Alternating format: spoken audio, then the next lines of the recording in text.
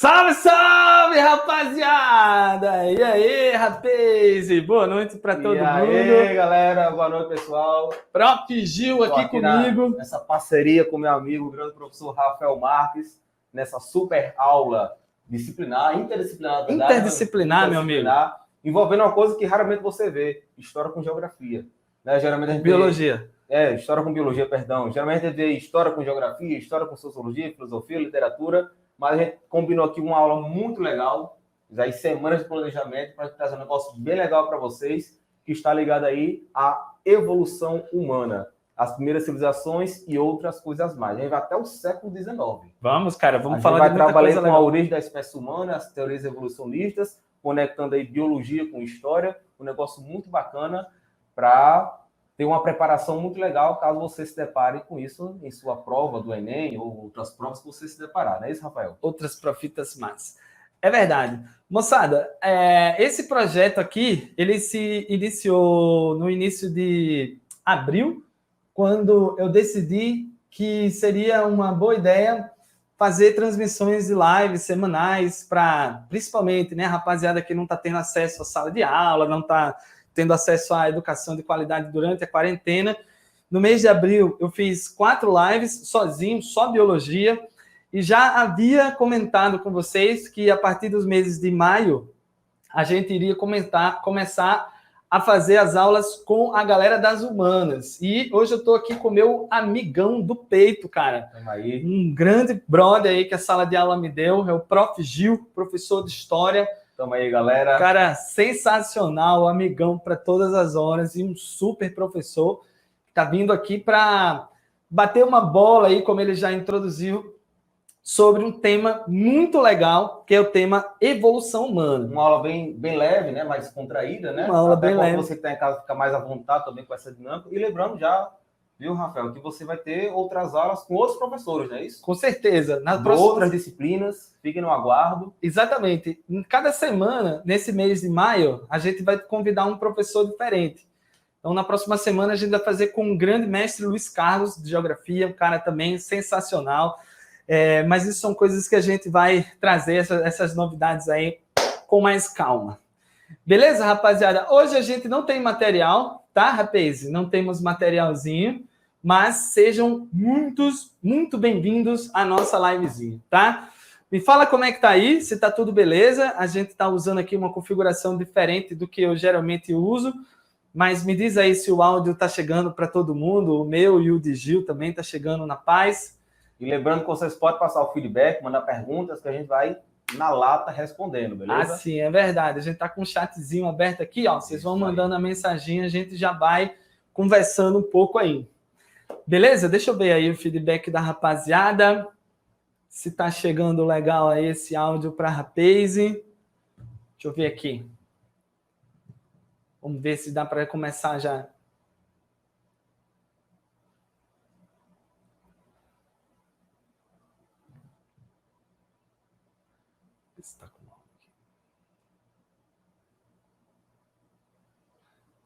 Aí, beleza. Tá? Sim, show de bola. Fechou. Tá usando um equipamento novo aqui, tá estreando ele, para ver se tá tudo beleza realmente. Aí, beleza. Foi. Fechou, tchutchucos? Parada é o seguinte, rapaziada. Deixa eu dar a boa noite aí para a Elaine, que é uma pessoa que eu tenho muito carinho no meu coração. É uma aluna que sempre acreditou muito no meu trabalho e eu agradeço demais, Elaine, tudo que você já fez por mim. Agradeço a sua presença aqui. Um abraço para a Elaine. Elaine ela foi aluna nossa, porque sim, talvez você não lembre dela. Eu lembro dela, sim. Milena, um beijo grande para você. Um alô para Milena. E Maíra Câmara, que está aí junto com nós. Show de bola, vamos lá. É isso aí, rapaziada. Vamos embora, vamos começar aqui o nosso bate-papo, porque a gente vai falar um pouco sobre evolução humana. E a primeira coisa que a gente vai mencionar na nossa noite de hoje, Gil, é que eu não sei se tu lembra, mas já rolou uma época de que chamar alguém de macaco é algum tipo de xingamento, né? Sim. Hoje ainda mas a gente está trabalhando para isso não ganhar força, né? O ódio, né? Enfim, sim, entre as questões do racismo, né? Muito forte. Exatamente. E eu queria iniciar o nosso bate-papo de hoje, moçada, dizendo que Nós somos todos macacos, cara. Porque é impossível a gente classificar os seres humanos em um outro grupo que não seja o grupo dos primatas. Sim. Existe uma série de características, inúmeras características que a gente compartilha com esses organismos. E eu queria iniciar a nossa conversinha de hoje só trazendo um pouco aí da história evolutiva humana, para você perceber que a nossa história evolutiva é igualzinha à história evolutiva lá dos chimpanzés, do gibão, do gorila. Eu queria mostrar um pouco do nosso parentesco com esses animais. Ou seja, a gente vai ter um grande ancestral, não é isso? Que vai gerar essas ramificações, mas que nós temos grandes semelhanças genéticas nessa perspectiva. Essa é a ideia, não é isso? Matou! Morreu. Gil, onde é que entra a história nisso? Aguarde. Aguarde já, e já a gente entra com a história. Muito bom. Rapaziada, a parada é o seguinte. Dá para ficar nós dois aqui, viu, Gil? Show de bola. Dá para ficar numa boa. Então é o seguinte, rapaz, a gente vai falar um pouco sobre a classificação taxonômica de Homo sapiens. É uma parada muito rápida isso aqui que a gente vai discutir. Só para você ver o seguinte, ó, que os seres humanos, eles estão aqui dentro dessa história evolutiva, né, dentro dessa linhagem aqui, que a gente vai chamar de hominídeo, mas que é uma história que compartilha vários ancestrais com primatas atuais, né? O gibão, aquele do Rei Leão que levanta o leãozinho, né? Aqui eu tenho vários outros macacos com rabo, macacos de Madagascar, né? Os társios, os lêmures. Eu queria conversar um pouquinho só sobre essa galera aqui, né? Bom, no início da cadeia evolutiva dos primatas, os primatas mais ancestrais, a gente tem esses dois caras aqui, ó, os lêmures e os társios, né? Os lêmures, aquele lá de Madagascar, sim, me remexo muito, e os lores são animais noturnos, por isso esses olhões aí, né? Esses caras são chamados de prosímios, são os primatas que apresentam as narinas úmidas, igual a cachorro, gato e tal, né? Então é um ancestral realmente bem distante. Quando a gente vai avançando, sim, e por isso, enfim, quando a gente avança aqui na história evolutiva, a gente chega em uma outra linhagem, que é essa linhagem de K, ó. Essa linhagem aqui, ela é conhecida como aplorrhine. Nos aplorrhine, a narina já não é mais molhada. A mucosa desses organismos já é internalizada e aí você tem a pele seca recobrindo lá a superfície, né, da narina. Então começa lá com os társios, talvez os mais primitivos, mas avançando um pouco mais na história evolutiva, a gente chega no grupo chamado Platyrrhini, que são os macacos com rabo, o rabo preêncio, aquele rabo que funciona como um quinto membro. Sim. Aquele que ele pode usar para se segurar nas árvores e tudo mais. E aqui são os mico, né? De uma forma geral. O mico-leão dourado, aqui tem um macaco-aranha com um rabão bem comprido, né? É uma característica bem marcante desse grupo. Depois dos Platyrrhini, a gente segue nessa outra linhagem aqui agora, ó, a gente chega nos Catarrhini. Nessa linhagem dos Catarrhini, o rabo ele fica cada vez menos proeminente e ele tem cada vez menos utilidade. E aí, nesse caso, os primeiros a surgirem nessa linhagem são os cercopitecoides. Aqui a gente tem aquele macaco do Rei Leão, os babuínos, né? São macacos de savana, eles não vivem em árvores, então o rabo dele ele já é bem mais curto. Existe um rabo, mas não tem utilidade motora, né? Então, isso já mostra um certo processo evolutivo, não é isso? Isso já mostra uma transição. Uma transição, porque justamente a partir do momento que esse rabo vai perdendo a funcionalidade, ele sai descendo das árvores e vai andando agora no chão. E que, inclusive, depois que a gente trabalha com a questão da pré-história, com o paleolítico, a idade da pedra lascada, pega esse processo de hominização. Quando esses grupos, né, primatas ou descendentes primatas, eles saem das árvores, passam agora a andar no chão e vão futuramente assumir uma postura bípede. Bípede, exatamente. Está ligado a essa ideia evolutiva, não é isso? Mas eles ainda não são bípedes, eles estão aí nesse processo. Exato. Processo evolutivo. São os elos, né? Entre os grupos atuais. Maravilha, ó. Aí, fofinhos, vamos seguir aqui o bate-papo, porque agora a gente entra no grupo dos hominoides. Aqui nos hominoides a gente já tem macaco sem rabo, ó. Macaco sem rabo. Então tem o Ilobatide, que está representado pelo gibão. Então o gibão já não tem mais rabo. E aqui nesse cantinho, ó, a nossa linhagem, os hominídeos, onde estarão os seres humanos e os chimpanzés, gibão, gorila e uma série de macacos sem rabo, né? A maioria deles africanos. Aqui do lado eu coloquei uma classificaçãozinha, né? Reino animal, filo, cordado, classe, mamália, ordem, primata, superfamília, hominoide, família, hominídeo subfamília Hominine, isso em relação aos seres humanos, né?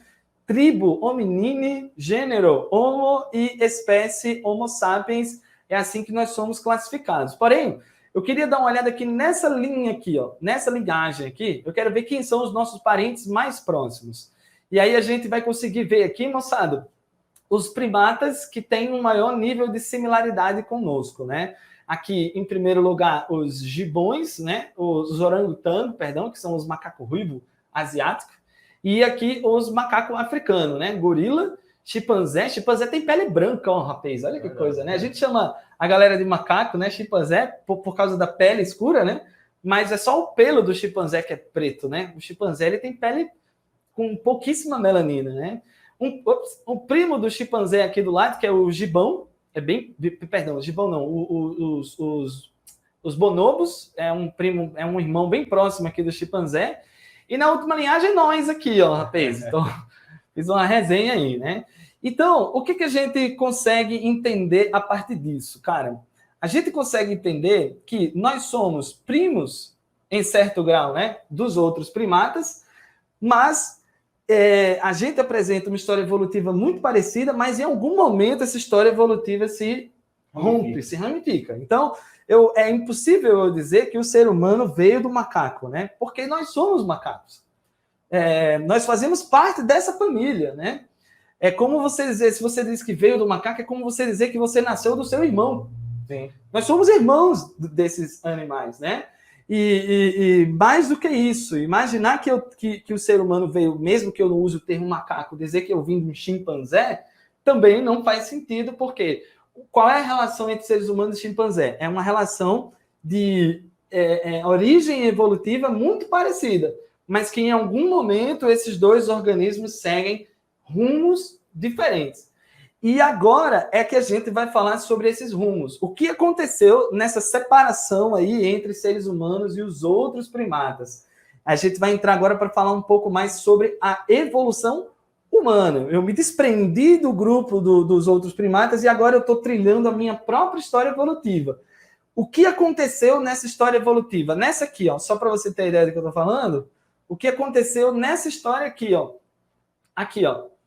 O que aconteceu depois dessa disrupção aqui, depois dessa que a gente chama de cladogênese, o que aconteceu nessa linhagem aqui? Quais são os nossos ancestrais que se enquadram aqui, ó, nessa história evolutiva? Esse é o grande lance aqui, né, da nossa aulinha de hoje. Claro que a gente não vai ficar só nisso, a gente tem um monte de coisa, né, não, Gil? Muita coisa bacana para trabalhar ainda aí. Vamos embora. Maravilha. Tchutchucos, tá tudo massa por aí? Tudo beleza? Tudo tranquilo? Vai mandando mensagem aí para a gente se comunicar, tá? Então, bom, acho que uma coisa que tem que ficar muito clara é essa disrupção. Quando você tem uma disrupção de história evolutiva, alguma coisa muito séria aconteceu para esses caminhos se separarem, né? Para eles divergirem. E muito provavelmente, o que aconteceu foi que lá no continente africano, existe uma floresta na região central, que são as grandes florestas tropicais do continente africano. É onde vive o King Kong, por exemplo. Sim. Sacou? E aí, muito provável que o nosso ancestral mais antigo vivesse nessa floresta, né? Organismos arborícolas e tal. Porém, surge, no meio dessa floresta, mais assim na região leste, você que é ruim de leste e oeste, como eu, o leste ele fica assim mais para a direita do continente africano. Justamente. E aí o que acontece? Surge uma cordilheira de montanhas que é chamada de Rift Africano. Esse Rift Africano ele começa a barrar a umidade que vem do Oceano Atlântico e impede que o outro lado da barreira se mantenha úmido. E aí aquilo que era uma grande floresta tropical começa a se tornar uma savana. Que justamente aquelas matas mais baixas, caracterizadas pelas gramíneas, tem a questão muito interessante. A partir do momento que o homem vive nessas florestas tropicais, é só lembrar do King Kong, como o Rafael colocou aqui, né? Então, existia a necessidade de viver em cima de árvores. A partir do momento que você tem essa transição para as savanas, não tem mais grandes árvores para ele estar pendurado. Isso é uma das teorias, mas é uma das mais bem construídas, né? Então, vai partir desse processo, me coisa do errado, o processo de dominização está ligado a essa ideia dele descer das árvores e, num processo muito demorado, assumir a postura bípede. É verdade. Só para você ter ideia, aquela dicotomia ali, o surgimento do Rift, até o surgimento da espécie humana, levou coisa de 6 milhões de anos, cara. Então a gente pode associar, Rafael, a questão evolutiva com as condições climáticas, com as condições, né, da floresta e tudo, né? Tá tudo aí entrelaçado. Tudo entrelaçado. Só para galera se ligar nisso que eu acabei de falar, essa separação aqui, ó, de seres humanos, essa história aqui, ó, daqui até aqui, ela levou 6 milhões de anos para acontecer. Então, muita coisa rolou aqui, né? Muita coisa aconteceu entre separar dos outros primatas e me tornar um Homo sapiens aí, de fato, né? Eu vou aproveitar que eu já estou aqui no PowerPoint e eu vou pegar aqui o nosso mapa mundi, que vai ser o nosso grande guia para a gente conseguir entender como é que rolou essa evolução. Então, a parada é o seguinte, rapaz, o Rift africano que eu estava falando com vocês, ele surge aqui, ó, nessa posição aqui, nessa posição. Tudo isso aqui era floresta tropical, toda essa região central da África aqui, ó, de uma ponta a outra. Como surge o Rift nesse ponto aqui, aí que começa a acontecer? A umidade vem do Oceano Atlântico e é barrada no Rift. A umidade vem do Oceano Atlântico e é barrada no Rift. Então, essa região aqui, ela começa a ficar cada vez mais seca e começa a rolar um processo de savanização. Sim. E é aí que surge o nosso primeiro ancestral, Gil. É um camarada que a gente chama de Australopithecus. O Australopithecus. É o gênero Australopithecus. E quando a gente trabalha historicamente, até porque futuramente, no século, né, bem distante já no século XV, século XVI, no contexto da expansão marítima, nós vamos ter essas divisões geográficas da África. Então, essa parte aqui que nós temos, vou pegar aqui, essa parte aqui que nós temos, que existe essa grande floresta tropical, não é isso? Antes do Rift? Isso. Isso é o que nós chamamos de África Central. Isso. Então, depois do Rift, seria a chamada África Oriental. Não é isso? Perfeito. Boa. Show de bola. Então, o Australopithecus ele surge nessa África Oriental, né? Justamente. Depois do muro. Depois do muro. Maravilha.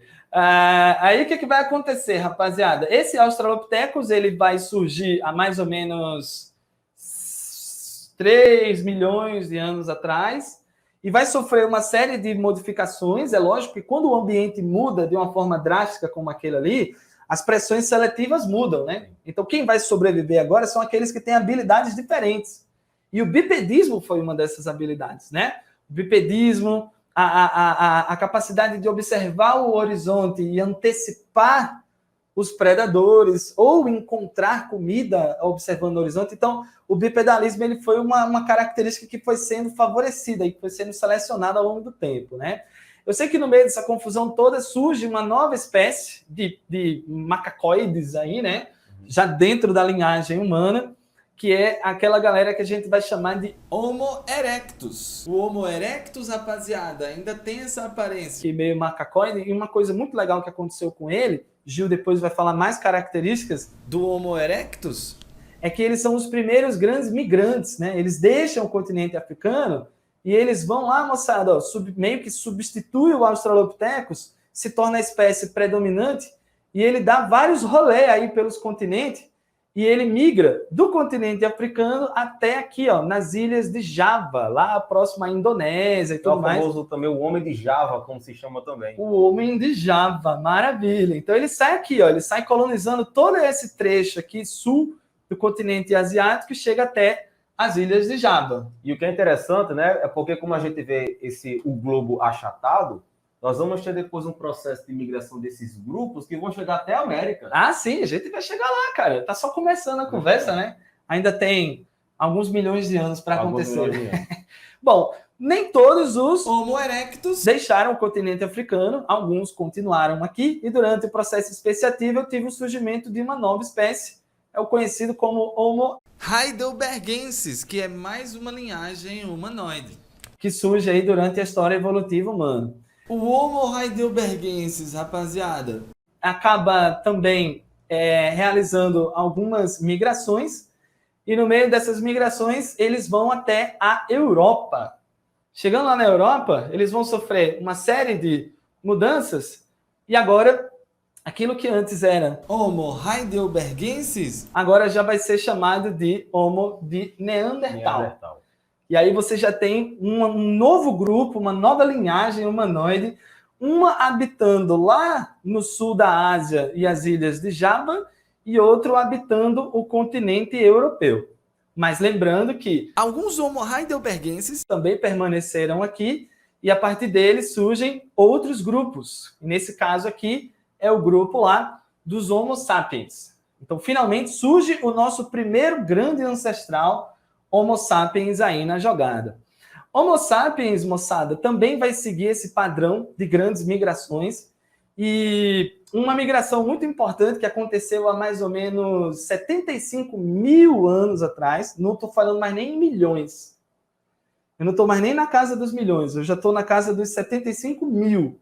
É algo extremamente recente, né? Mas analisando do ponto de vista histórico e biológico, é coisa muito recente. É isso? Com certeza. Com certeza. Do ponto de vista evolutivo, é um pulo, né? Então, uma das migrações que eu... Ah, sim, uma coisa importante, antes disso. Então, agora eu tenho 3 espécies do gênero Homo. Eu tenho Homo... o Homo erectus, lá no continente das Ilhas de Java, na região das Ilhas de Java. Eu tenho o Homo neanderthalensis, aqui, lá na Europa, e eu tenho o Homo sapiens. Então, são 3 espécies do mesmo gênero, convivendo simultaneamente. Só que, em algum momento, rola uma erupção gigante lá nas Ilhas de Java, um vulcão chamado Toba, e essa erupção acaba sendo extremamente letal a esses Homo erectus que vivem aqui nessa região, acaba causando a extinção deles. Então já rola um processo de extinção aí dessa espécie. Nesse meio tempo, os seres humanos deixam o continente... Os seres humanos não, né? O Homo sapiens deixa o continente africano e começa a colonizar outras regiões. Colonizou, por exemplo, o sul da Ásia. E é aí que começam a surgir algumas etnias importantes, como é o caso, por exemplo, da etnia africana, que é a etnia original, mas começam a surgir outras etnias, como é o caso, por exemplo, as etnias do sul da Ásia, os chineses, né? Os chineses, a galera da Malásia, né? Aquela rapaziada de olho puxado que tem a pele um pouquinho mais escura. Posso puxar um linkzinho aqui com a história já? Oxi, e não Vamos é para lá. isso que não está aqui. A ideia é justamente essa. Galera, olha só. Quando a gente trabalha com essa questão das primeiras civilizações, o que vem na sua mente de imediato? Egito e Mesopotâmia. É verdade. Que, na verdade, o que a gente esquece, né, os livros didáticos que eles esquecem, é justamente essa banda oriental. Então, quando Rafael cita esse processo migratório de grupos que vão para o sul da Ásia, nós vamos ter grandes civilizações que surgiram concomitante ao Egito, à Mesopotâmia e os hebreus, que vai ser justamente a civilização indiana e a China. A China ela é tão antiga quanto o Egito, de 3.500 anos antes de Cristo. Só que como a gente tem muito essa perspectiva de uma história voltada por uma lógica europeia, apesar do Egito não ser Europa, é África, né? Mas a narrativa parte de uma narrativa europeia. Então eles esqueceram por muito tempo essa banda oriental, esqueceram a China, esqueceram a Índia, esqueceram o Japão, essas grandes civilizações, e focaram apenas o quê? As civilizações que teve ligação com a Europa. No caso, o Egito, onde você vai ter ali no Oriente Médio, depois Grécia, depois Roma. Mas você deve lembrar que dentro desse processo do surgimento das primeiras civilizações, nós vamos ter também civilizações antiguíssimas, assim como o Egito e a Mesopotâmia, que vai ser no caso aí da China e da Índia. Total.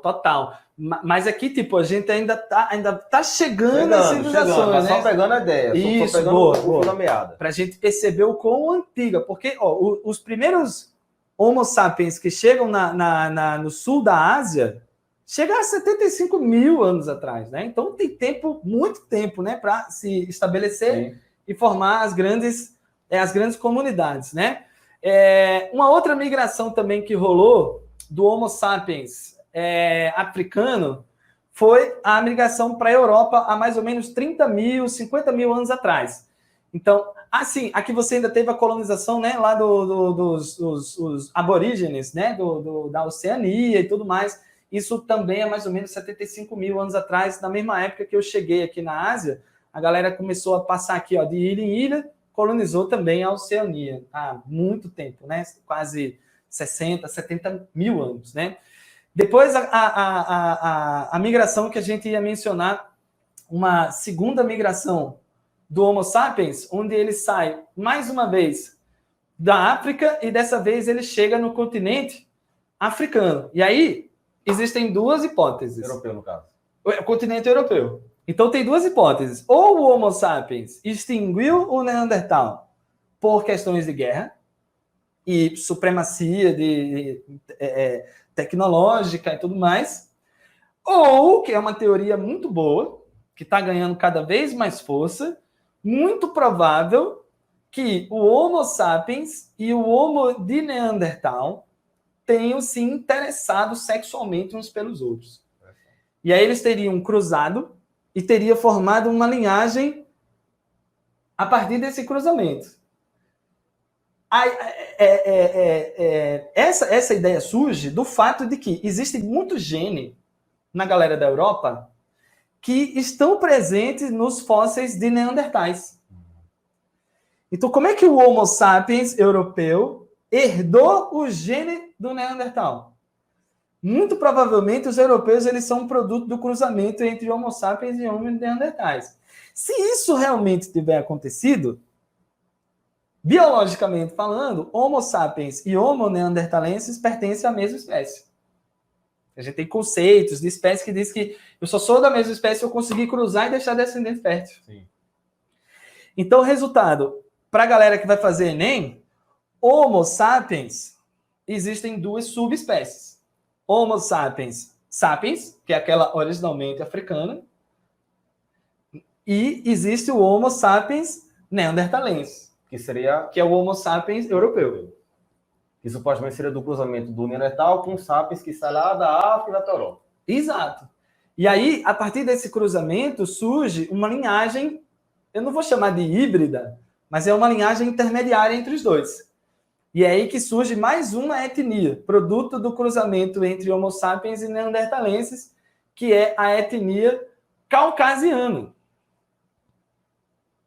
No futuro vai surgir os galegos de zóio azul, que vão colonizar o norte da Europa, os nórdicos, né? Os vikings e tal, né? Aquela galera toda lá. Muito louco, né? Demais. É muito interessante a parte da evolução. É muito massa, cara. Aí, lógico, essa galera não fica parada, né? E aí, outras migrações, só que dessa vez os asiáticos começaram a se expandir. Antes dos asiáticos, eu tenho aqui ó, a formação da rapaziada lá que vive no Oriente Médio, né? Sim. Veja que o tom de pele é meio que intermediário entre caucasiano e africano, né? Uhum. A questão dos pelos, muito pelo, é uma característica que é compartilhada também com os europeus, né? Sim. Narina larga para conseguir umedecer o ar seco, né? Dessa região. Gil já vai falar um pouco mais sobre essa galera toda. Outras etnias que surgem a partir dos asiáticos, né? Aqui eu tenho 3 etnias: os negroides, tenho os caucasoides e tenho os mongoloides, que é essa galera de olho puxado, né? Inclusive, os mongoloides, eles vão justamente dar origem aos índios do Brasil. Exato, porque aqui a gente vai ter, ó, eles vão avançando cada vez mais para o norte. Então surgem os japoneses, que já tem um tom de pele bem mais claro do que o chinês, que vive mais ao sul. Tem o surgimento dos mongoloides, que já tem cara de índio. Sim. Ou seria o índio que tem cara de mongoloide? Eis a questão. Eis a questão. Atravessando o estreito de Bering, como o Gil estava falando, como não é uma esfera, a gente não vai conseguir ter essa ideia. Mas essa parte aqui, ó, essa parte aqui da Rússia, ela se conecta com esse trecho aqui lá da... Como é que é o nome desse estado aqui? Justamente vai pegar ali o Alasca. É o Alasca, exatamente. Eles vão vir do Alasca, vão descer no norte, vão chegando até o sul da América. Eles vêm por aqui, ó, caminhando numa boa, pá. Isso, muita fome, né? Procurando Sim. comida. Imagina a fome, velho. Pra tu sair andando loucamente. Bicho, eu peço comida no iFood, morrendo de fome, né? Eu peço comida no iFood e eu tenho preguiça de ir lá na porta receber o cara, bicho. Pô, por que o cara não entra aqui, não vem deixar aqui, bicho? E aí, imagine a força de vontade que eu tenho que ter, por exemplo, para atravessar o deserto do Saara e chegar até o continente asiático. Pensa na fome. E é interessante a gente notar 2 coisas. No caso aqui do processo de ocupação da América, né, é interessante notar que o homem americano ele não é autóctone daqui da América. Ele veio de um processo migratório, seja desses grupos negroides e de grupos também mongoloides. Porque a gente fala, por exemplo, índio do Brasil. A gente tem essa característica meio asiática, né? Olhozinho puxado, cabelo mais escorrido. mas nós temos também presenças negroides aqui. E só você lembrar o caso de Luzia. Isso é legal. Eu acho que vocês sempre lembram da imagem de Luzia. A Luzia ela não tem essa característica asiática.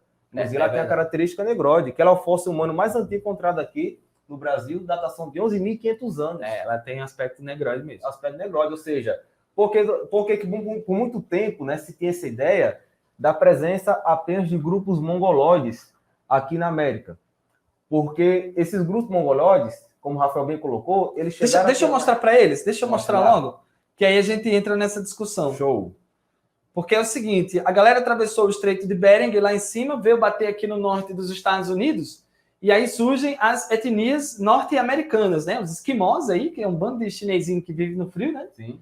Vou descendo mais um pouquinho, eu chego nas etnias indígenas que hoje são os Estados Unidos, os pele vermelhas, né? Também compartilham, né, essas feições aqui dos mongoloides, dos asiáticos, e finalmente chegando a mais ou menos 6 a 10 mil anos atrás, 10 mil anos atrás, as grandes migrações começaram há 75 mil, sim, e só terminaram há 10 mil anos atrás, sim, quando eu consegui alcançar todos os continentes, chegando, por exemplo, aqui na América do Sul. 6 mil anos atrás é mais ou menos a idade da Amazônia. Então, quando os índios chegaram olha só como é as coisas. Quando os índios chegaram na América do Sul, a Amazônia era um neném. A Amazônia estava nascendo ali, ela estava se organizando, né? Aí chega um bando de galado para dizer que descobriu o Brasil, que tem que colonizar a Amazônia ou algo nesse sentido, né? Mas isso é uma coisa que a gente vai deixar para conversar depois. Então é isso, rapaz. O que nós temos hoje são essas várias etnias espalhadas aí pelo mundo inteiro, mas se a gente pudesse resumir, eu teria basicamente 3. Teria 3 etnias aqui. Cadê o mouse? Aí, vem para cá. Aí, eu tenho 3 etnias. Eu tenho a negroide na África, tenho o caucasoide na Europa e tenho os mongoloides que se alastraram, inclusive chegando à América do Sul, Norte e do Sul. E que na prática, esses 3 grandes grupos que o Rafael colocou, eles não têm um ancestral em comum. Não é isso? É, sim. Aí, Felipão, galado não. Respeito tio. Tu não vale nada, meu irmão. Tu não vale absolutamente nada. Diles, vamos lá. Galera, olha só. Quando a gente pega essa parte aqui, como o Rafael estava colocando bem, relacionado ao Estreito de Bering, né? Temos uma questão bem interessante para trabalhar. Por muito tempo, os pesquisadores acreditavam que só houve uma rota de ocupação do continente americano, que seria justamente o Estreito de Bering. Por volta ali de 10 ou 12 mil anos, quando ocorreu a nossa última glaciação, como a temperatura da Terra ela baixou, criou-se uma faixa de gelo que ligava justamente o Estreito de Bering até a Sibéria, né? Até o Alasca. Essa seria justamente a teoria do Estreito de Bering. Só que depois... O Alasca aqui. Justamente ali. E que justamente, vamos pegar aqui a ideia, né? Isso. Vai ter ali o Alasca. Não, o Alasca seria aqui. Enfim, vamos lá. É porque eles não sabem, mas aqui a gente vê os movimentos ao contrário, por isso que a gente fica todo perdido. Dá para pegar aqui o mouse. Pronto, acompanha o mouse. Nós temos aqui, né? Esses grupos eles teriam saído da Sibéria, né, que são esses grupos mongoloides, cruzaram o Estreito de Bering e chegaram aqui. Chegando aqui tem a Alasca, América do Norte e todo o continente americano. Por que acreditava-se que a única rota possível seria essa vindo pelo norte? Porque os pesquisadores eles não acreditavam que o homem ele tivesse tecnologia de fabricar embarcações. Então o que é que eles diziam? Os grupos humanos só podem ter chegado à América caminhando. E a única rota possível de chegar caminhando seria a do Estreito de Bering, que ocorreu na nossa última glaciação. Pasmem, depois foram encontrados vestígios arqueológicos aqui na América do Sul que comprovaram a presença de grupos que não chegaram aqui por meio do Estreito de Bering, que foram os grupos que vieram do quê? Das ilhas da Polinésia, que vieram da Malásia, e que justamente esses grupos vai pegar justamente daqui do lado. Ó. Eles teriam saído ali, cadê o mouse? Aqui. Teria saído daqui e chegado até aqui a América do Sul. Nós temos vestígios, por exemplo, no Chile... Quer dizer, então peraí, deixa eu ver se eu entendi. Eles saíram... Deixa eu dar um zoom aqui. Pronto. Para facilitar. Eles saíram daqui... Sim. Pegaram um barquinho, em embarcações. foram de ilha em ilha. Isso. Deu a volta na brincadeira. Deu a volta. Aí passou aqui nesse monte de ilhazinha aqui. Sim. E Caralho. ocupado a América Chegou. do Sul. Porra. Que justamente aí você vai ter grupos também de características mongoloides e negroides. Muito Aí legal. isso foi justamente aqui um choque para a ciência. Porque quebrou aquela ideia tradicional, que é a mais aceita, do Estreito de Bering. Ou seja, a ocupação da América ela ocorreu por duas vias. Nós tivemos uma via que veio do norte, por meio do Estreito de Bering, e vias que vieram justamente a teoria da Malásia e da Polinésia. Esses muçulmanos chegaram aqui. Por isso, essas duas presenças de grupos mongoloides e grupos negroides. Muito. E o que é interessante, né? A gente fala em pré-história. Vamos pegar o caso aqui da pré-história. Vamos falar o mapa da África, por favor, Rafael. Dá um zoom lá. Pronto. Quando a gente pega aí a questão da África, né? A origem da espécie humana é a África, né? Tanto é que tem várias já pesquisas, livros, né? Comprovando essa origem da espécie humana na África. Totalmente. E quando isso foi descoberto no século XIX, isso foi um choque para a Europa, né? Porque a Europa, dentro daquela perspectiva eurocêntrica, né? O centro do mundo, eles queriam acreditar que a origem da espécie humana seria a Europa. Aí chega a ciência e diz, meu amigo, não é a Europa não, é a África. Justamente no século XIX, foi um momento de extremo racismo contra o continente africano por causa da ação imperialista. O que foi imperialismo? Foi justamente a dominação europeia, né, a dominação das potências industriais da Europa sobre a África e a Ásia, se validando de várias teorias que a gente chega no século XIX mais à frente. Aqui é chegamos já para puxar um pouco a ideia. Maravilha. Meu povo, olha só, quando nós temos aí a questão da África, pré-história, o que é a pré-história tradicionalmente? É o período que vai do surgimento da espécie humana até a invenção da escrita. Isso aproximadamente 4.000 a.C. Então, o que vai dividir... Só para situar a nossa história aqui, 4.000 já é recentíssimo, né? Recentíssimo. Tipo, 4.000 já tem todas as grandes etnias formadas. E já é o Homo sapiens, sabe? Tudo formado, beleza? Até que Rafael colocou esse processo de evolução, né? Que vem lá do Australopithecus, durou o quê? 6 milhões de anos, é todo esse processo. Hoje eu estou falando assim, do ponto de vista evolutivo e histórico, coisa muito recente. Muito recente, exatamente. Então, a pré-história, tradicionalmente, ela vai ser dividida, né? A partir da escrita. O que está antes da escrita, ou seja, antes de 4.000 a.C., é pré-história. O que surge a partir da escrita seria história. Apesar, Rafael, que esse conceito hoje é um conceito ultrapassado, de dividir a pré-história eu aprendi com o assim. da escrita. Nós aprendemos assim. Vai estar aqui o nosso papel como professores, desconstruir essas concepções equivocadas, né?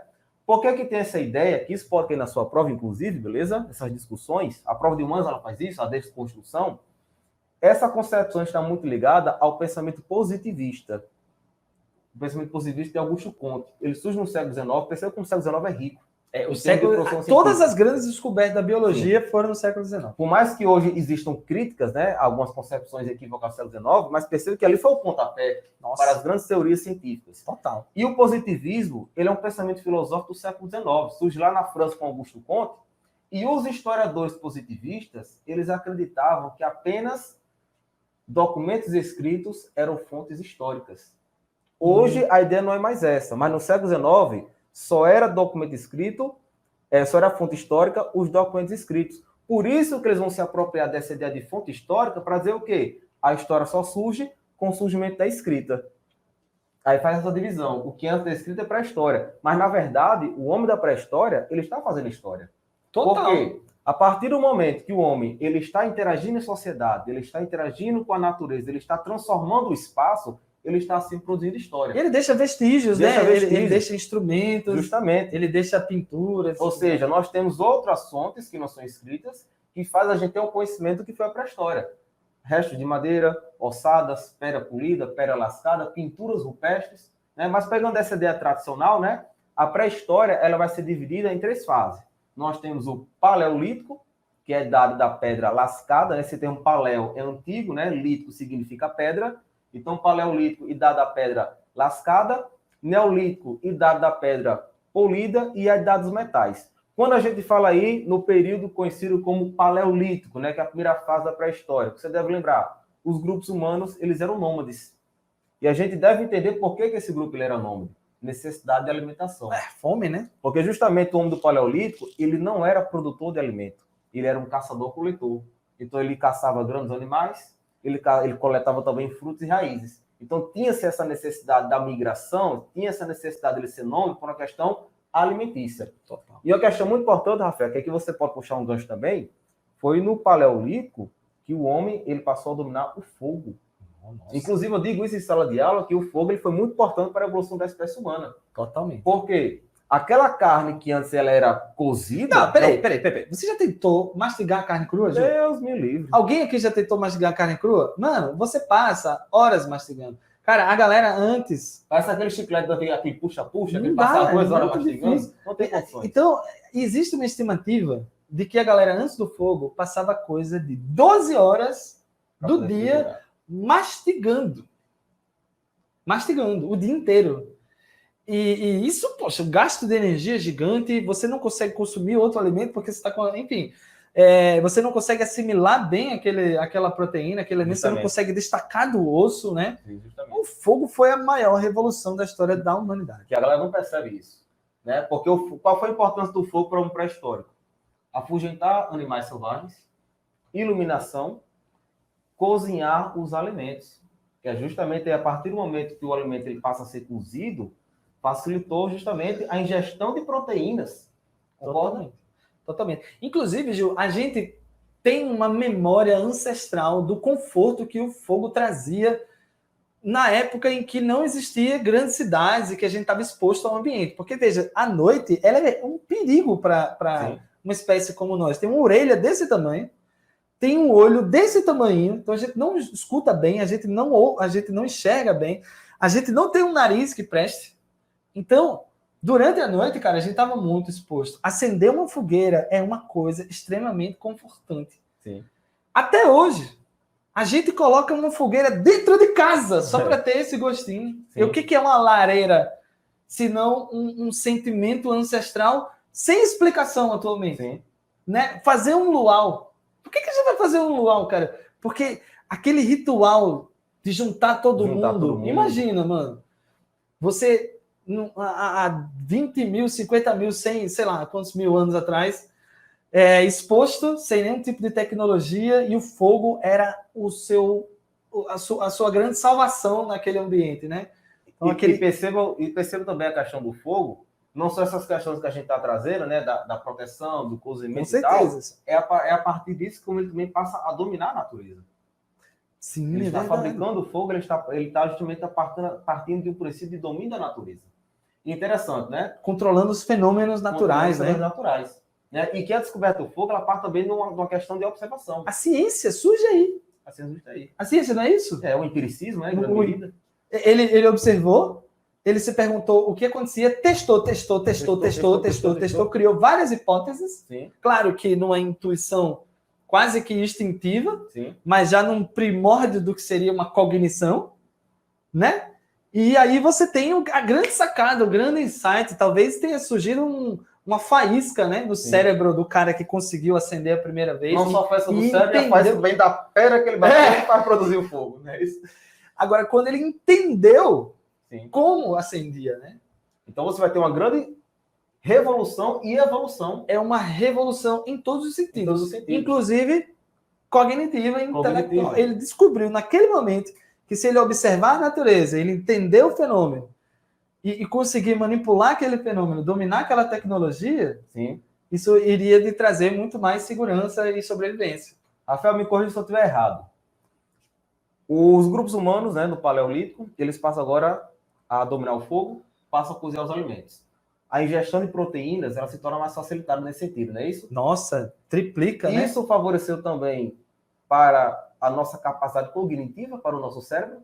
Totalmente. Porque, assim, não foi a proteína que fez o cérebro crescer, Gil. Sim. Já existia uma predisposição genética para o crescimento do cérebro, só que existia um fator limitante, que era a falta de matéria-prima. E uma coisa que os neurônios mais precisam para funcionar são os neurotransmissores. E a maioria dos neurotransmissores são baseados em aminoácidos. Aminoácidos, proteínas.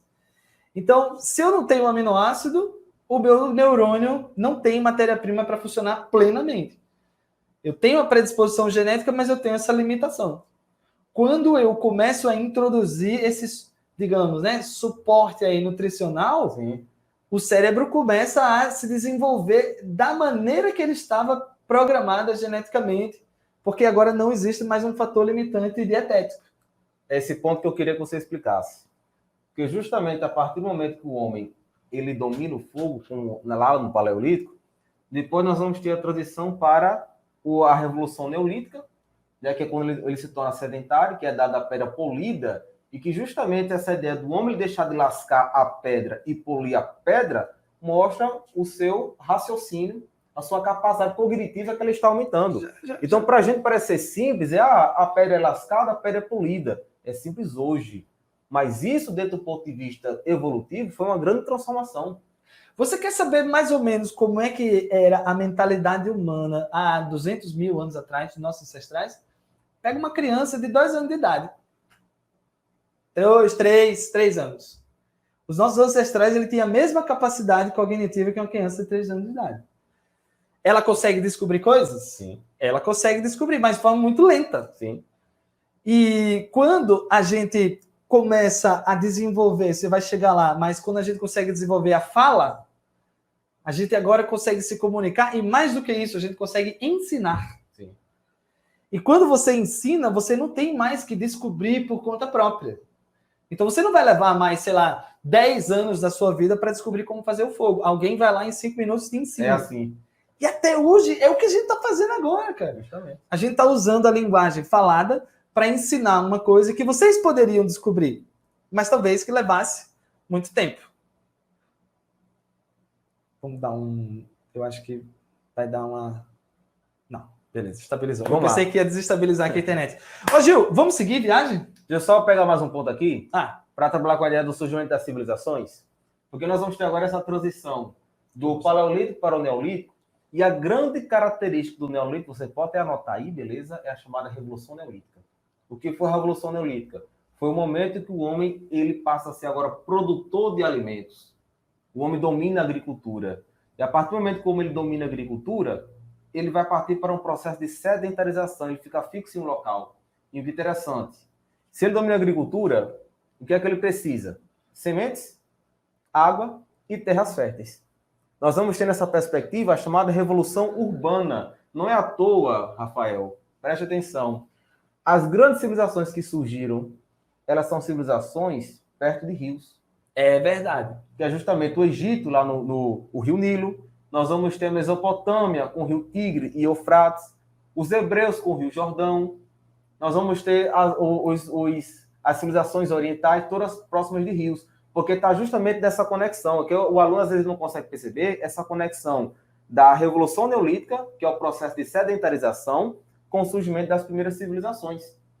Que já percebe esse processo. O homem torna-se fixo, porque ele domina a agricultura, né, fica sedentário, e ele tem que ficar agora próximo de rios e de terras férteis. Por isso que a gente fala o quê? As civilizações hidráulicas, Egito, Mesopotâmia, e a região caracterizada como o crescente fértil. O que é o crescente fértil? Era uma região em forma de lua crescente, que abrangia do Egito até a Mesopotâmia. E as civilizações que estão nesse ponto aí, justamente, pega ali o Egito aí, né? E vai até mais pro lado ali, beleza? Aí, pronto, até aí, o atual Iraque. Parece uma lua mesmo, cara. É uma lua crescente, que era justamente a ideia do crescente fértil. Aí nessa brincadeira tem o surgimento das primeiras grandes civilizações. Egito. E o que é interessante, quando você pega aqueles filmes de Hollywood sobre o Egito, os caras tudo branquinho, galego, né, dos olhos azuis. Mas os egípcios eram africanos, né? Eles eram negros. Deserto do Saara. Deserto do Saara quente e feito a molesta. Beleza? Porque justamente parte de uma visão europeia da coisa. O egípcio, ele era negro, não tinha nada de branquinho. E quando a gente pega, por exemplo, as pinturas egípcias, você vê que são pinturas com a tonalidade mais escura. Então, perceba, o Egito, ele surge nessa ideia do processo do quê? De que o homem, ele domina a agricultura, ele torna-se sedentário, precisa ficar próximo de rios e de terras férteis. Vai surgir o Egito, no nordeste da África. Nós vamos ter também o surgimento da Mesopotâmia, onde hoje é o Iraque, beleza? Oriente Médio ali. Oriente Médio, aquela parte ali. E nós vamos ter também, como já tinha citado, as civilizações bem mais orientais, que vai ser o caso da Índia, da China, que surge também concomitante ao Egito e à Mesopotâmia. E o legal disso aqui, Gil, é que o surgimento, o período do surgimento das civilizações, ela combina com o período e a linha de migração do Homo sapiens, né? Justamente. Então, ele chega antes no continente africano, é natural que a primeira civilização grande civilização seja africana. Depois eu passo ali Oriente Médio, é natural que as próximas grandes civilizações se estabeleçam nesses ambientes. Então, quando a gente começa a imaginar a trajetória migratória humana, a gente consegue perceber por que as grandes civilizações também seguem essa rota. Seguem essa rota. Isso é muito legal, cara. Interessante mesmo. Muito legal. E dentro dessa confusão toda aqui, a galera, os romanos, né? Justamente. Que são a quarta grande civilização. Que justamente os gregos romanos que pega essa parte das civilizações clássicas ocidentais. Que elas vão surgir, né? Vão ter o florescer, né? Depois da decadência do Egito, mas que também são civilizações que surgiram, que a origem desses grupos chamados indo-europeus vai estar uma coisa ancestral que você colocou para a gente, essas rotas migratórias, né? Que vai chegar aí surgindo essas grandes civilizações clássicas ou ocidentais. Tanto é que quando a gente pega, por exemplo, né? Para você perceber o que é esse mix da evolução. Quando Roma surgiu, 753 a.C., fundado pelos irmãos Rômulo e Remo, a Península... É verdade mesmo essa história? 753. Eu sempre achei que fosse mentira. Não, é uma visão mitológica. Ah, tá. Visão mitológica, beleza? Não existe, assim, nenhuma grande comprovação científica de como surgiu Roma. O que a gente sabe é que existem algumas vilas, uns vilarejos, que dali surgiu Roma. Mas a ideia tradicional é de Rômulo e Remo, que foi amamentado por uma loba, um pastor. Eu sempre achei caô essa história aí, velho. Mas o que é interessante, quando a gente pega ali a Península Itálica, que é onde surgiu Roma, ali não existia só romanos. Roma, ela surge como uma cidade fundada, né, tradicionalmente, nas mitológicas por Rômulo e Remo, mas depois ela se torna um império. Mas na origem de Roma, a Península Itálica você tinha o quê? Latinos, sabinos, etruscos, o pessoal do Reino da Alba. Esse povo é de onde? Essa galera aí é de que etnia? Aí que vem. Aí? Os etruscos é um mistério da origem dos etruscos. Jesus. Que justamente percebeu o quê? O que são ramificações desses graus evolutivos. Não é isso? Porque tem grupos, por exemplo, os sumérios lá na Mesopotâmia, também são grupos que a galera fica assim, um mistério de onde vieram os sumérios. Que eles eram povos de origem semita. Mas esses grupos que estão ali, né, na parte europeia, eles são grupos indo-europeus. Os europeus são esses que se chocam, né? Indo-europeus, né? O sul da Ásia misturado com o europeu. Sim, aquela rapaziada. Que é a galera que se choca ali. Você vai ter esses povos mais orientais, como os hebreus, os fenícios, os sumérios, eles são povos de origem semita. Que vai ter os semitas, vai dar origem ao aramaico, etc. E já esses grupos, né, ocidentais que pegam ali a Europa são os grupos indo-europeus, que mostra essa lógica que você colocou. Muito bom. Vamos seguindo. Bom, uma vez que as grandes civilizações surgiram, começam a surgir as grandes cidades, né? Justamente, que é a chamada revolução urbana que a gente chama. Exato. E aí a gente achou legal que seria bacana a gente, já que a gente está falando de um contexto evolutivo, sim, e a evolução ela é norteada pelas ideias do darwinismo, né? Sim. A questão da seleção natural e tudo mais, sempre lembrando, moçada, que durante a história evolutiva humana, as mudanças elas não vieram para um determinado propósito, né? Eu não perdi o rabo para me tornar bípede. Não foi exatamente... Quando eu pego o ponto de vista evolutivo, no pé da letra, o que a gente percebe é que as características elas surgem por uma questão totalmente espontânea, por meio de mutações. Sim. E dependendo da mutação e do ambiente em que eu vivo, aquela mutação ela pode ser bem favorável. Então, em algum momento da história humana, não ter rabo já foi favorável, provavelmente por causa do predador. Sim. Então, eu estou na savana africana, quanto menos eu der bobeira, sim, menos eu tenho chance de morrer. Então, a gente entra numa questão seletiva aí, né? A ideia da seleção natural é o que norteia o pensamento evolucionista, né? O ser humano, ele, enfim, não desenvolveu o bipedalismo para enxergar o horizonte. O que aconteceu foi uma mutação que, em alguma ocasião, permitiu um certo bipedalismo e esse indivíduo foi totalmente favorecido. Ou seja, seria mais uma consequência Exato. do que a própria ideia, né? Exatamente. A evolução ela não é intencional. Uhum. A evolução ela tem uma fagulha aleatória. Para onde essa fagulha vai, Aí depende do ambiente, depende de uma vários série de condicionantes. fatores. Exatamente. Que, inclusive, uma questão também evolutiva, quando a gente pega o caso do Homo sapiens ou Sapiens sapiens, é a nossa funcionalidade do dedão, né? O polegar opositor. É verdade. Nós somos os primatas são os únicos seres vivos da Terra que conseguem fazer algumas coisas interessantes. Por exemplo, ó, esse movimento da cintura escapular. Só nós tem.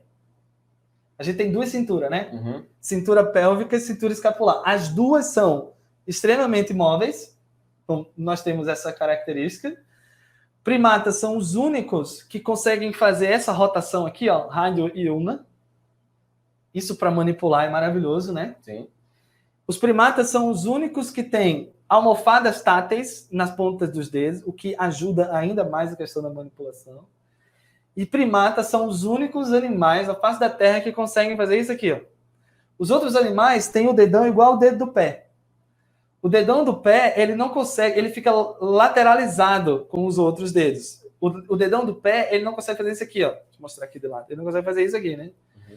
Então, isso aqui foi uma característica massa para o nosso grupo, e isso nos deu a habilidade da manipulação do ambiente. Todo primata consegue manipular o ambiente. É o que eu digo, a gente não conseguiria exercer atividades das simples às complexas sem essa funcionalidade. Não. Porque tudo a gente faz, a gente se utiliza com o dedão. Totalmente. Porque a gente não percebe isso, mas se você for tirar o brinco, você for escrever, pegar na sacola, cara, dirigir... Tu não sabe, Gil, mas de vez em quando eu faço isso, não é sempre. Mas quando eu vou dar aula de evolução humana, sim, eu levo umas ataduras e eu prendo o dedão da galera assim, ó. Eu prendo ele assim, ó. Aí eu falei, pronto, hoje vocês vão assistir a aula desse jeito aí. Escreva aí. Irmão, a galera enlouquece.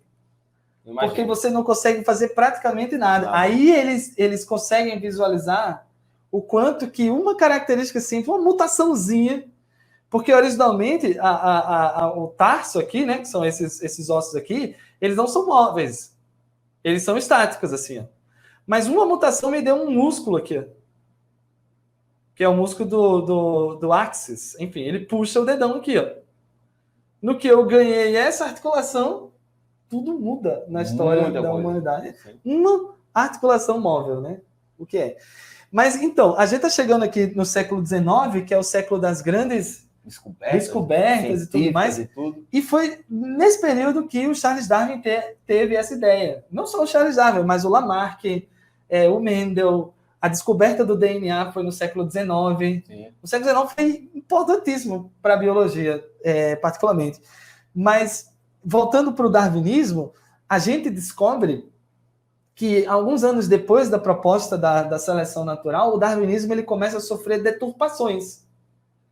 Né? Deturpações no sentido social da coisa. Sim, e é aí que surge o darwinismo social. O darwinismo social. Aí o Gil vai conversar um pouco com vocês sobre isso. Isso aqui, galera, importantíssimo, você que vai estar estudando, você que vai fazer Enem ou qualquer outro tipo de vestibular, porque aqui a gente tem várias conexões com história, sociologia, literatura, questões de identidade, né? Esses conceitos hoje ultrapassaram de raça, né? Que a gente vai também discutir essa ideia. Com certeza, vai ser o nosso último. Galera, olha só, século XIX, o que é que nós temos de contexto histórico? Não só na perspectiva da história geral, europeia, asiática, como também da história do Brasil. História do Brasil, nós temos o segundo reinado, que é o governo de Dom Pedro II. Você deve lembrar que foi justamente no segundo reinado, Dom Pedro II, a lei de 1840 a 1889, que nós tivemos a consolidação da economia cafeeira, né? A expansão e consolidação da economia cafeeira. E o café, Rafael, ele se utilizou de 2 mãos de obras. A mão de obra escrava africana e a mão de obra do imigrante europeu que está sendo introduzida aqui no Brasil. O que é interessante notar. O imigrante europeu, ele veio para cá incentivado pelo governo imperial para substituir o trabalho escravo, que estava entrando em processo de declínio. Esse declínio do trabalho escravo ele começou a partir de 1850 com a Lei Eusébio de Queiroz, que foi aquela lei que proibiu o tráfico negreiro. Não sei se você lembra lá da sua aula de história, lá no passado.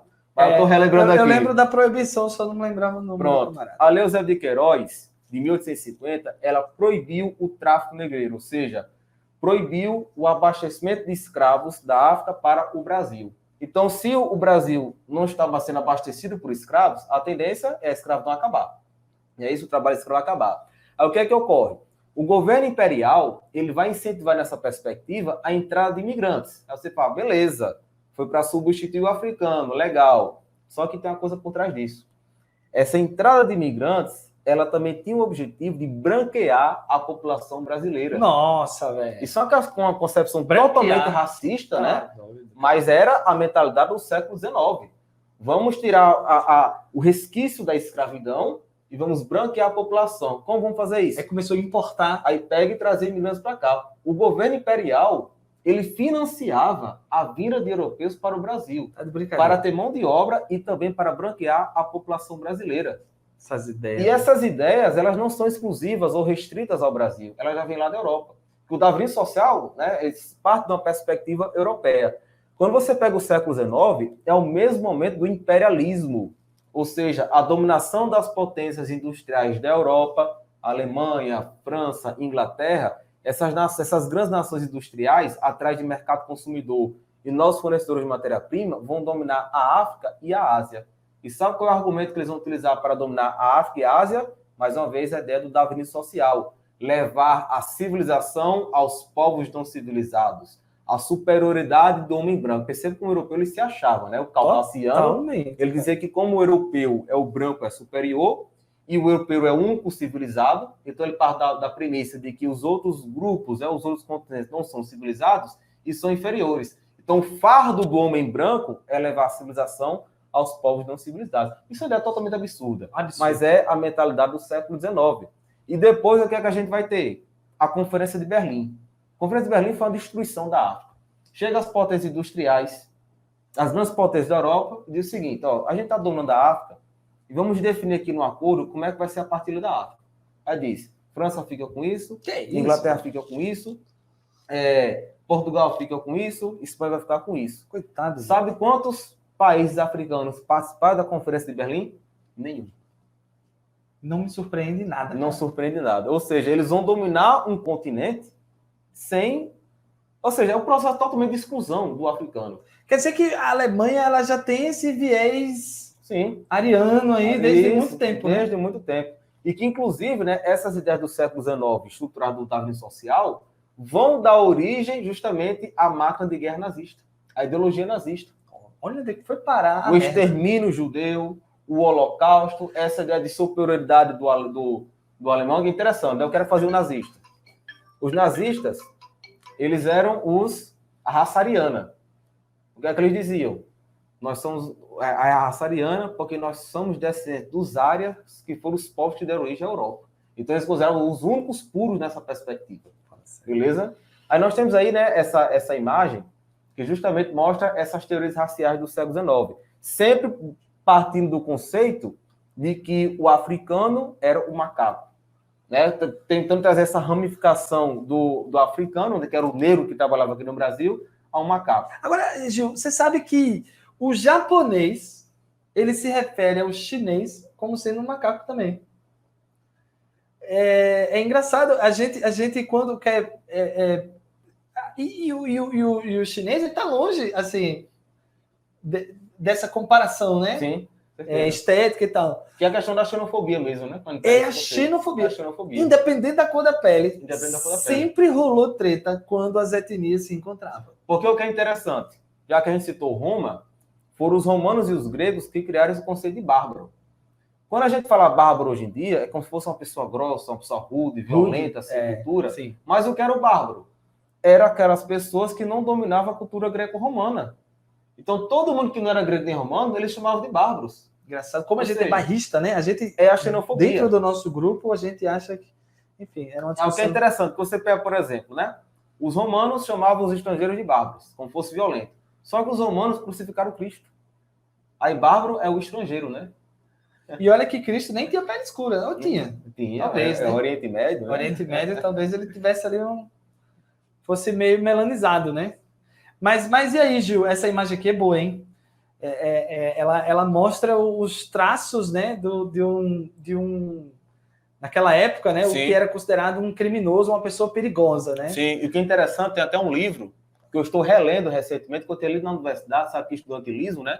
Não teria dinheiro para comprar livro, aí eu pegava emprestado da Zila Mamed, ou então tirava xerox. Total. Aí eu comprei esse livro, né? Isso. Eu vou dar a dica para vocês, chama-se O Espetáculo das Raças. Olha como é sugestivo o nome desse livro.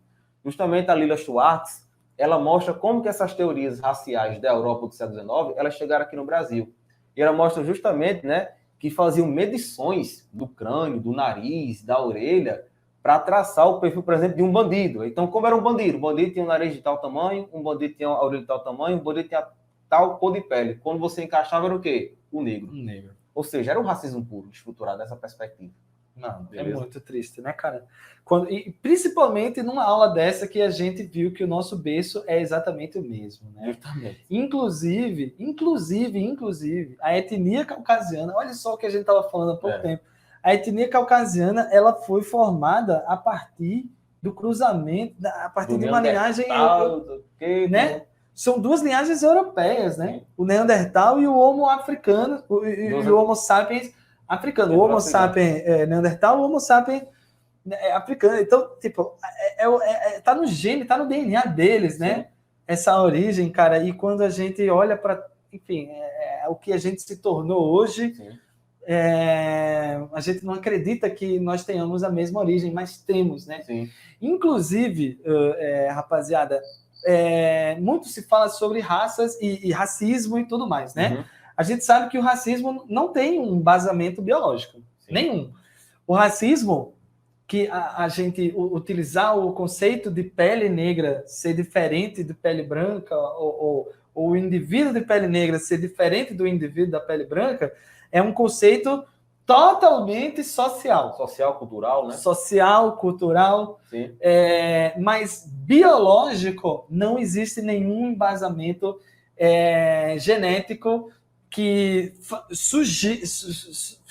faça a sugestão de que nós somos realmente geneticamente tão diferentes a ponto de sermos raças diferentes. E é com isso que a gente vai começar a se aproximar do fim da nossa discussão de hoje. Mas antes de encerrar, eu queria deixar um abraço aqui, ó, gigantesco a todo mundo que participou aqui, cara. Eu queria mandar um abraço para Denise, que está mandando uma boa noite aí para nós, mandou um coraçãozinho. Um abraço para Denise, para Miqueias, Bianca Andrade, minha esposa, Felipe, Aline, Elaine, Maíra também apareceu por aí. Show de bola. Gente, que legal, cara, ter vocês por aqui. Essa assim, é uma pequena forma que a gente tem de levar um pouquinho aí de informação, um pouquinho de conhecimento para ajudar vocês. Um pouquinho de entretenimento, né? Por que não dentro de uma pandemia tão severa, uma noite fria de quarentena, né? Então a gente se sente aquecido aqui, né? Por estar perto de amigos, por estar perto de gente tão bacana quanto vocês. E aí, Gil, fala um pouco mais aí para a rapaziada onde é que eles podem te encontrar. De repente... Pronto, vocês podem me encontrar aí, né, no Prof. Gil Silva, né, no meu Instagram. Eu acho que o Rafael colocou lá no nosso flyer, no nosso folder lá de divulgação. Né, eu sou professor de História de grandes cursinhos, escolas aqui de Natal. E a gente vai estar sempre aí tendo essa participação, né? Total. Nessas lives. Eu estou também montando um curso, né, aqui no estúdio do Rafael, para a gente fazer divulgações de aulas, ajudar vocês aí com preparação e tal. E a gente se encontra aí nas redes sociais. Beleza, galera? Um prazer muito grande compartilhar esse momento com vocês, né? A gente gosta de trazer a nossa contribuição para reforçar e engrandecer também o seu conhecimento. E essa é a intenção da aula, né? Uma conversa, um bate-papo aqui interdisciplinar de história com biologia e ajudar principalmente aí você que está nos assistindo. Perfeito, cara. Foi muito legal. Mais uma vez, prazer com meu amigo Rafael, essa parceria forte antiga. Muito bom, muito bom. Valeu. Mas para encerrar, que não acabou ainda, né? Claro que não acabou ainda. Só para encerrar aqui o bate-papo, a gente volta para falar um pouquinho sobre esse lance das raças, né? E a gente se pergunta, deixa eu botar aqui para a rapaziada, por que não existem raças humanas, né? Vou encerrar aqui bem tranquilinho para a gente e vou dizer o seguinte, moçada, eu não sei se você lembra, mas eu comentei que há 75 mil anos atrás rolou uma erupção gigante lá nas ilhas de Java, né? Mais especificamente na ilha de Toba. Inclusive, é por isso que a gente chama Toba de Toba, porque tem um vulcão de Toba, né? Tem um grande orifício cuspidor de alguma coisa, filho. E essa erupção grotesca acabou com as espécies que viviam, a espécie de Homo, do gênero Homo, que vivia lá, o Homo o Homo habilis. Ele foi extinto nessa erupção. Sim. Mas muitos outros organismos do gênero Homo também morreram nessa brincadeira. Houve quase que uma extinção do gênero Homo. A nossa espécie talvez não existisse. Mas, por um acaso, a gente conseguiu sobreviver. Sobraram apenas 10 mil indivíduos. Isso é muito pouco. Quando você tem 10 mil indivíduos de qualquer espécie, essa espécie está à beira da extinção. Então, o que aconteceu? A nossa diversidade genética ela foi perdida durante essa quase extinção. Sobraram pouquíssimos, e é essa pequena diversidade genética desses poucos indivíduos que vai reconstruir, recolonizar a civilização humana depois de 50 mil, quando eu cheguei na Europa, quando eu cheguei na Ásia, foi esse pequeno grupo que deu origem a 7 bilhões de habitantes. Então, é possível a gente perceber que a nossa diversidade genética não é muito grande, né? O que resta é uma baixíssima diversidade genética. Só para você ter ideia, moçada, 85% da nossa diversidade genética é encontrada em qualquer pequena população. Então, por exemplo, eu e Gil aqui, nós dois compartilhamos 85% da diversidade genética humana. Se você pegar, moçada, olha que doideira, e isso eu não estou tirando... como é que o povo chama, né? De vozes da minha mente, não. Isso foram pesquisas recentes que se fizeram. DNA de nórdicos, galego, do zóio azul, cabelo ruivo, é extremamente parecido com o DNA de africano. Nos dois grupos, você vai encontrar 85% de semelhança genética. Porque a única diferença que existe entre os dois é a cor da pele e a cor do cabelo e ponto. Você já viu a espessura da pele humana, Gil? Ela não tem 1 centímetro não, cara. A pele humana, a derme, mais especificamente, a derme, que é onde está o pigmento melanina, ela tem coisa de milímetros. Então, o que você vê na superfície é uma capinha de poucos milímetros. E é isso que define a cor da minha pele. Abaixo disso é tudo igual. Embaixo disso é exatamente a mesma coisa. Então, é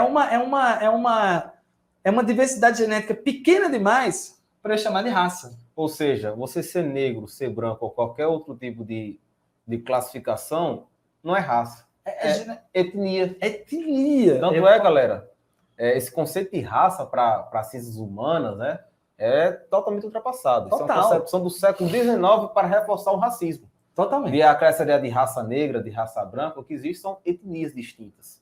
Né? Que etnia é um conceito muito mais complexo nesse sentido.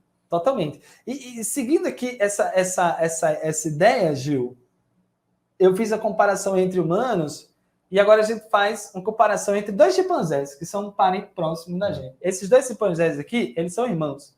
Esse aqui é irmão desse. Certo. Sabe quantos % de similaridade genética eles apresentam? São irmãos. Eles têm apenas 60% de semelhança. Então, qual é o lance? É o chimpanzé que tem uma diversidade genética grande demais ou é a espécie humana que tem uma diversidade genética muito pequena?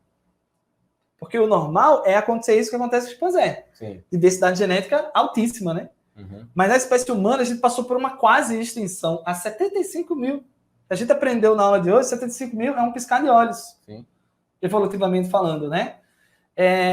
Então, a base genética que sustentaria o conceito de raça não existe. Não tem diversidade. Enfim. Ou seja, esse conceito de raça ele não se sustenta nem do ponto de vista das ciências humanas, porque hoje você tem um conceito de etnia, e nem do ponto de vista da evolução da biologia.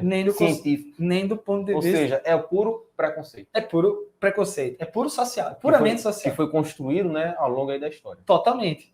E aí, para finalizar, né, os 15%, portanto, de divergência genética, os 15% são responsáveis por todas as diferenças encontradas nas diferentes etnias. Então, o olho puxado do chinês, o cabelo enrolado do africano, a minha careca, a careca, a careca de Gil, ter barba ou não ter barba, são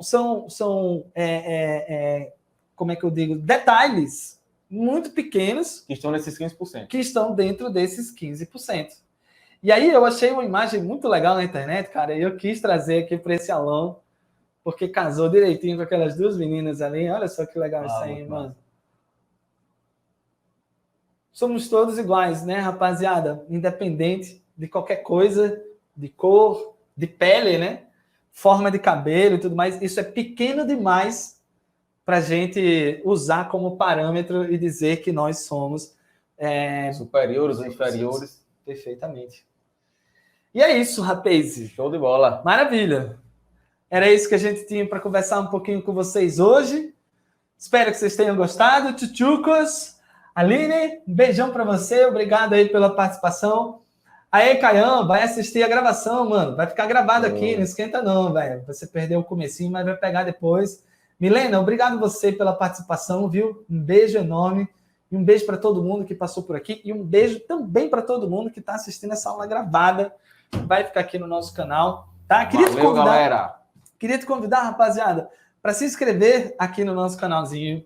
Nas próximas semanas vem muita coisa boa ainda por aí. Próxima semana tem lives com outros professores aí da parte das humanas, tá? O mês de maio vai ser só humanas, o mês de junho vai ser só ciências da natureza. Sim. Então, vai ter muita coisa boa para rolar. Já se inscreve aí para você receber a notificaçãozinha, para você assistir outros vídeos que eu gravo aqui também no YouTube. Eu estou fazendo a gravação das aulas de genética mendeliana, aquele lance das ervilhas e tal. Sim. Então, mano, estou chegando na 7ª parte aí dessa material de extrema jornada. Tá ficando legal, hein, cara? Certeza disso. E amanhã sai mais uma aula, hein? Amanhã sai mais uma aula de genética às 9h30 da manhã. Tá subindo aí videozinho novo. A gente vai falar sobre a comprovação do experimento de Mendel. Na hora que Mendel matou a cobra, mostrou o pau e a cobra morta. Porque Mendel fez o experimento, explicou como funcionava, elaborou uma ideia e comprovou a ideia. O cara era sumidade, né? O cara era fora do normal. E é isso, moçada. No mais, segue a gente lá no Instagram, Prof. Gil Silva. Valeu, galera. Aguardo vocês, né? No próximo encontro, a gente vai ter no Com certeza vai ter mais um, com certeza vai ter mais alguns. Prazer enorme compartilhar esse momento com vocês. Valeu, galera. Tchau, tchau. Falou, galerinha. Um beijo para todo mundo, hein?